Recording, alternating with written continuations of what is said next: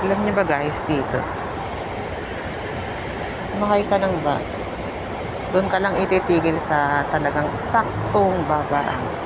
So dito, nagkaroon ng konting traffic kasi merong pumasok na bus.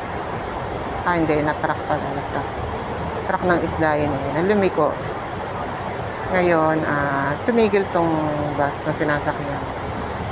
Pero kung tutuusin yan guys, yung pinakababaan o bus stop ay siguro ay mga ilang metro na lang. Ayan o, lilipat lang kami sa crossing. Pagkatawid niyan, babaan na yan.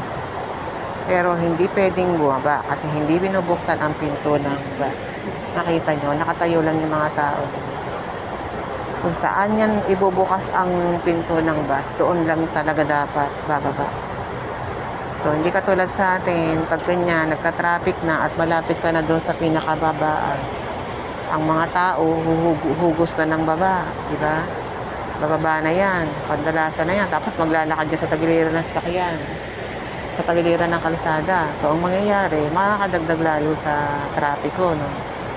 So, dito, hindi pwede yan, dito, kung saan ka talaga ang pinakababaan, pinaka-bus stop, doon lang yan bababa. So, dito naiiwasan yung sobrang haba ng traffic. Kung magkakaroon man ng traffic ganyan, kasi mayroong tawiran dito. Kaya, hindi yan pala traffic, tawiran. Kaya, nag-i-stop yung bus na sinasakyan namin. Pero in oras na magkulay red yan, ayan, stop naman yun sa mga pedestrian. So, under na. So, nakita niya walang mga naglalakad na tao sa labas ng kalsada. Andun lahat sa pinakatamang lakaran. Tamang pedestrian.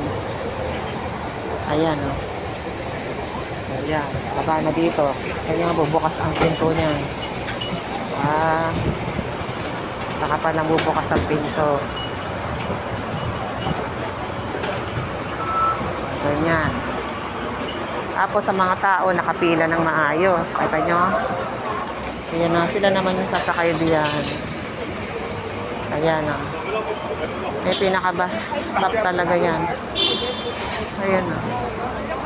Kita nyo yung K66 na yan. K66 na bus. K66 na bus. Ganyan sila sasakay. Tapos nakapila ang mga tao. O, yan na. O, diba? Hindi walang traffic. Ito nga pala ako sa palengke.